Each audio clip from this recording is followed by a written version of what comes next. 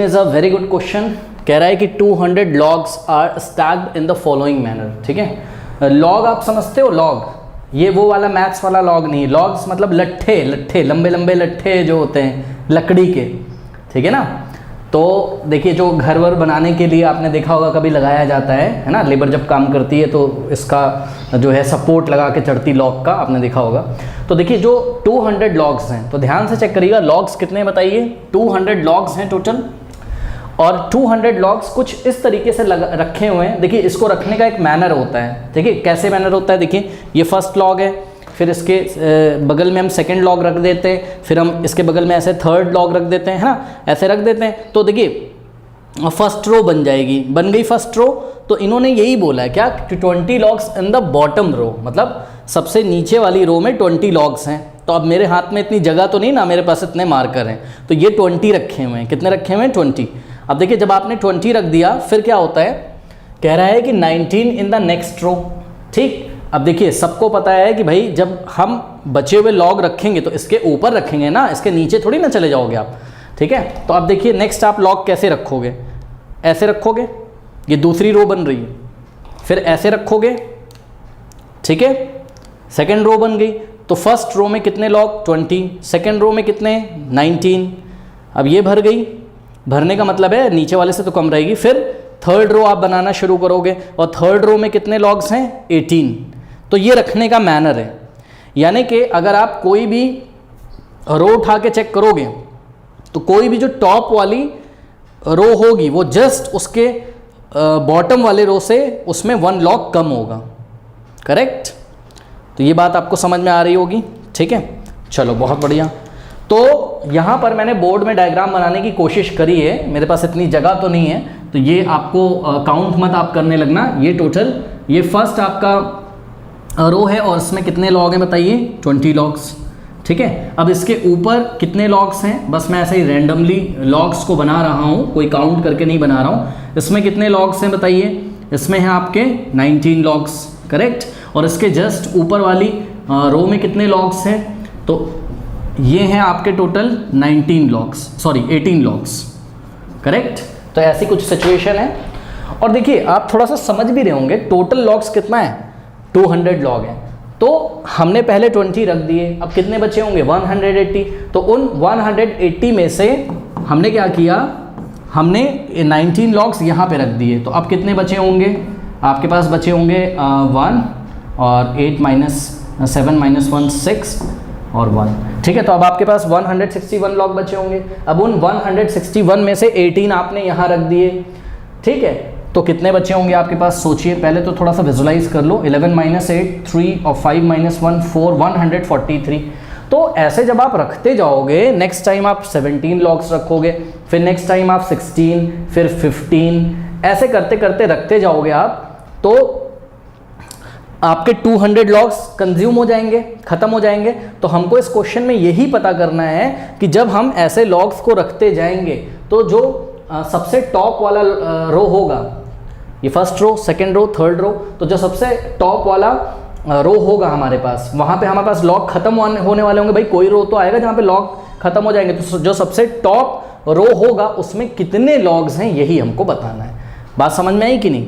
ठीक है, आप क्वेश्चन भी पढ़ सकते हैं। देखिए कह रहा है कि in how many rows are there, sorry, in how many rows are the 200 logs placed and how many logs are in the top row.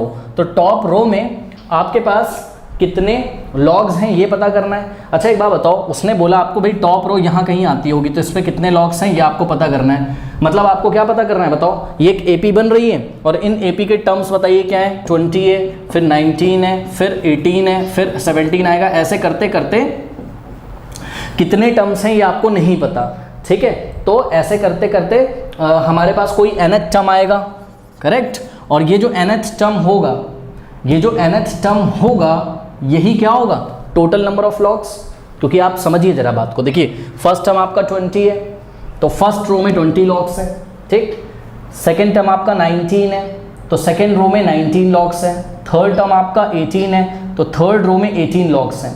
तो ध्यान से चेक करिए, nth टर्म जो होगा मतलब an, वही तो क्या होगा?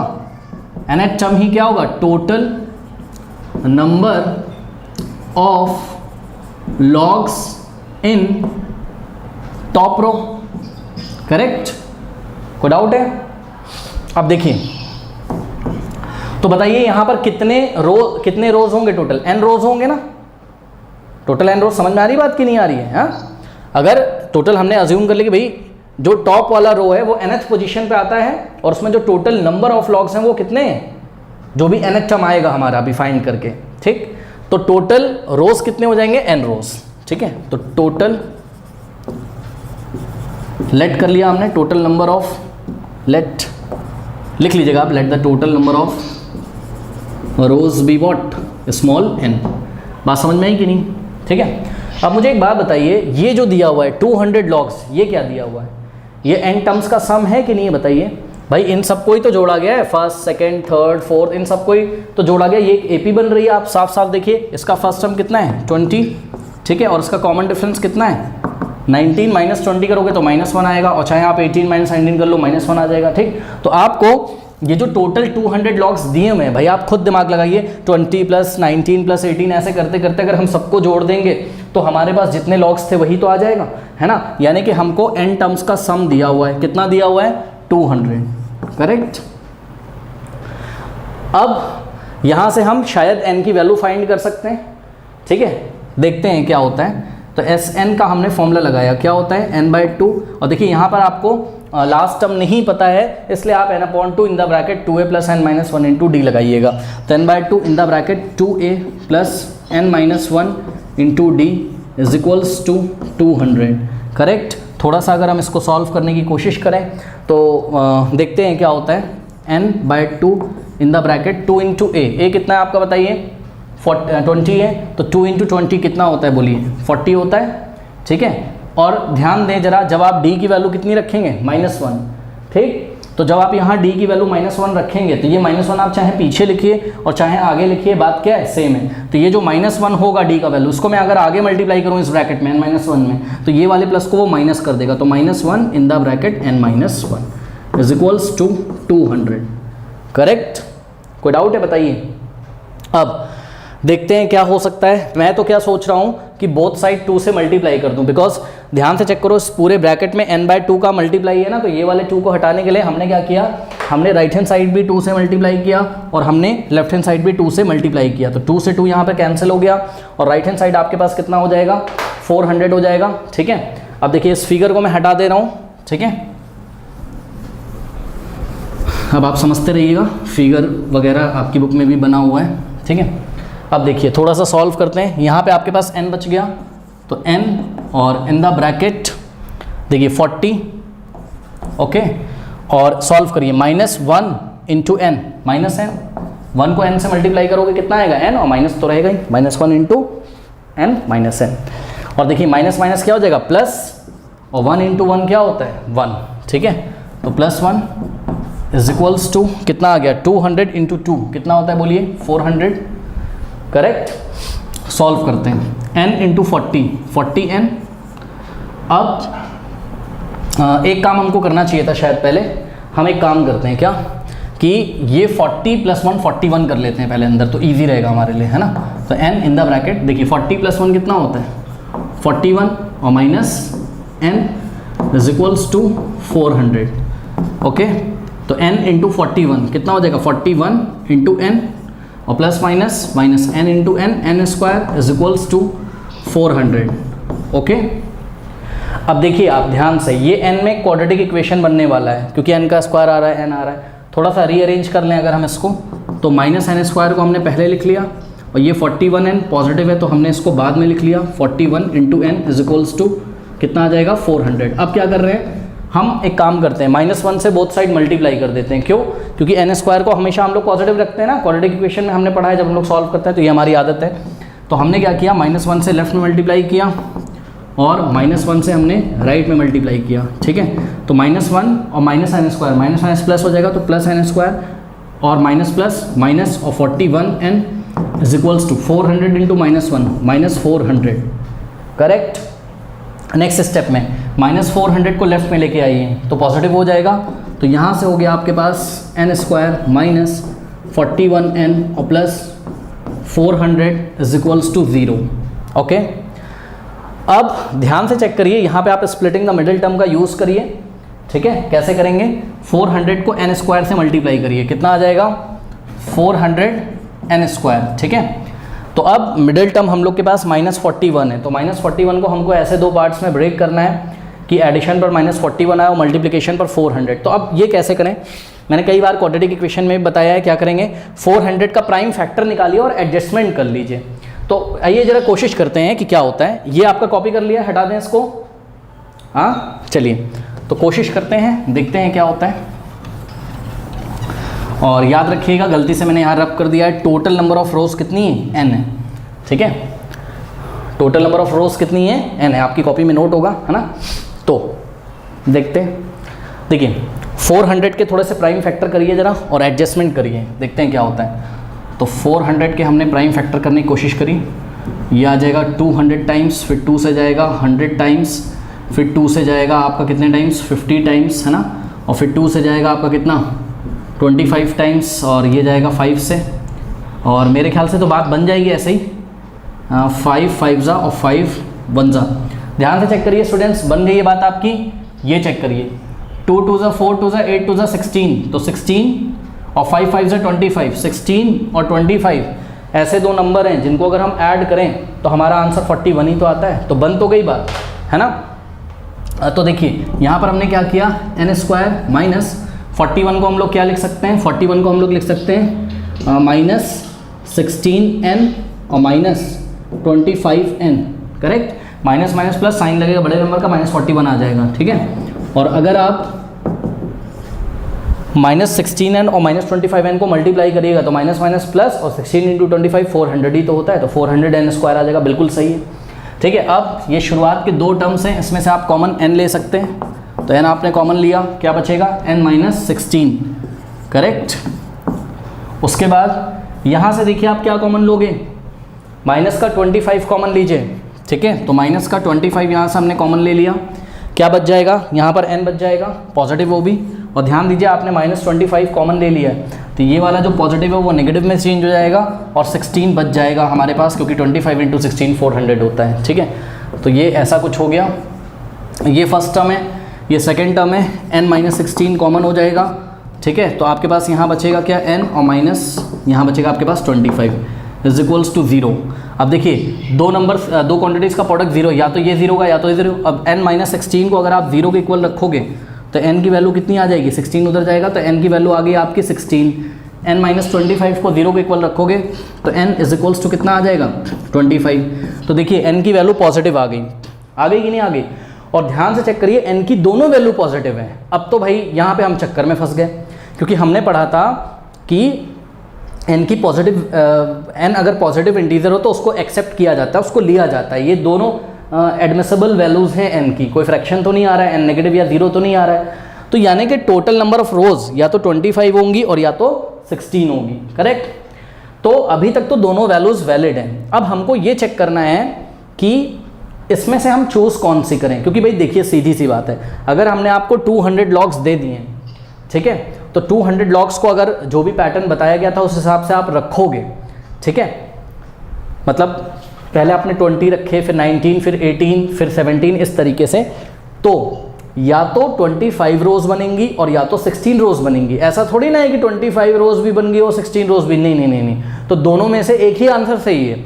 अब इसको देखिए चेक कैसे लगाएंगे हम, चेक हम इस तरीके से लगाएंगे, देखिए इसको हटा दूं मैं, हाँ, अब हमको n की वैल्यू भी चेक करनी है कि भाई कौन सी n की वैल्यू वैलिड है, ठीक है। तो इसको कैसे चेक लगाएं, हम एक काम करते हैं, अभी हमने आपसे बोला था क्या कि nth टर्म जो होगा वही टोटल नंबर ऑफ लॉग्स होंगे, कहाँ पर, जो टॉप रो होगी, याद है आपको, nth टर्म जो था वही क्या था, total number of logs in the top row. तो हम क्या करते हैं, हम एक काम करते हैं, हम टॉप रो में कितने लॉग्स हैं ये निकाल लेते हैं, मतलब हम nth टर्म निकालेंगे दो बार, क्या क्या लेके, एक बार n = 16 लेके, एक बार n = 25 लेके, देखते हैं कि हमारी कुछ बात बनती है या नहीं बनती है, ठीक है। चलो तो हम क्या कर रहे हैं, यहाँ पे हमने एक लाइन ड्रॉ करी बीच में, या ऐसे ही कर लेते हैं, case 1, when n is equals to 25। Okay, तो nth टर्म क्या हो जाएगा, nth टर्म का फॉर्मूला होता है a plus n minus 1 into D. A first term आपका कितना है 20 और d कितना है आपका -1, तो मैं आगे मल्टीप्लाई करूंगा तो ये वाला प्लस -1 में चेंज हो जाएगा। n माइनस 1, n की वैल्यू 25, 25 माइनस 1 24, तो 20 और माइनस 24, हाँ भाई कितना आ गया -4 आ गया। तो ये तो nth टर्म नेगेटिव आ गया। एक बात बताइए, nth टर्म नेगेटिव आ सकता है, मैं मना नहीं कर रहा हूँ, लेकिन nth टर्म था क्या बताओ, टॉप वाला जो रो था उसमें रखे हुए लॉग्स की संख्या थी। कितने लॉग्स टॉप रो में रखे हुए हैं, करेक्ट। तो सुनिए मेरी बात भाई, आप एक बात बताइए, लॉग्स जब हम लोग रख रहे हैं तो उसकी जब हम काउंटिंग करेंगे तो वो तो पॉजिटिव इंटीजर होगा, नेगेटिव थोड़ी ना होगा। जैसे कि मान लीजिए 10 कुछ भी रखा है, कोई भी सामान रखा है, 10 पेन, 11 कॉपीज, 10 चेयर्स, -10 चेयर थोड़ी ना होती हैं कभी, तो -4 लॉग्स थोड़ी ना होंगे। तो हम क्या लिखेंगे अपनी कॉपी में कि n is equals to 25 is not possible because the total number of rows in the 25th row is -4। इसके अकॉर्डिंग कितनी रोज बननी चाहिए, 25 रो बननी चाहिए, क्योंकि n की वैल्यू कितनी 25, और जो 25th रो होगी वो टॉप रो होगी और उसमें -4 लॉग आएगा, ऐसा तो हो नहीं सकता। तो this case is not valid case, correct. अब केस नंबर 2 लेते हैं, तो n की वैल्यू कितनी हो जाएगी, n की वैल्यू हम 16 लेंगे और अब हम 16 टर्म निकाल रहे हैं, ठीक है। तो देखिए 16 term a16 is equals to a plus 16 minus 1 into D. Okay, तो a कितना है आपका 20, और ध्यान दीजिए 16 माइनस 1 कितना होता है 15, और d की वैल्यू आप रखोगे तो कितनी आ जाएगी -1, तो यहाँ पे आगे -1 से मल्टीप्लाई हो गया, देखिए ये d रहा और ये n-1, तो यहाँ से आ गया 20 और -1 इंटू 5 15, 20 माइनस 15 क्या होता है 5। तो ध्यान से चेक करिए स्टूडेंट्स, a16 5 आ गया, और ये a16 ही क्या है आपका टॉप रोज में रखे हुए लॉग्स की संख्या, ठीक। तो हम आंसर क्या लिखेंगे, पहला आंसर क्या कि देयर आर टोटल रोज कितनी हो जाएंगी बताइए 16 रोज, पहली दूसरी तीसरी ऐसी करते करते जो टॉप रो होगी उसकी पोजीशन क्या होगी 16th पोजीशन पे होगी वो, यानी कि देयर आर टोटल 16 रोज, क्योंकि शायद इन्होंने हमसे पूछा था ना कि हाउ मैनी लॉग्स, ये तो पूछा ही था, और साथ में इन हाउ मैनी रोज, ठीक है, in how many rows the 200 logs are placed. तो हम क्या लिखेंगे, there are total 16 rows in which we can place 200 logs, we can place 200 logs, ये पहला आंसर है। और दूसरा आंसर क्या पूछा था, how many logs are in the top row, तो there are total 5 logs in the top row, there are total 5 logs in the top, और टॉप के ब्रैकेट में आप लिख सकते हो 16th, क्योंकि वो रो कौन सी 16th रो है। देयर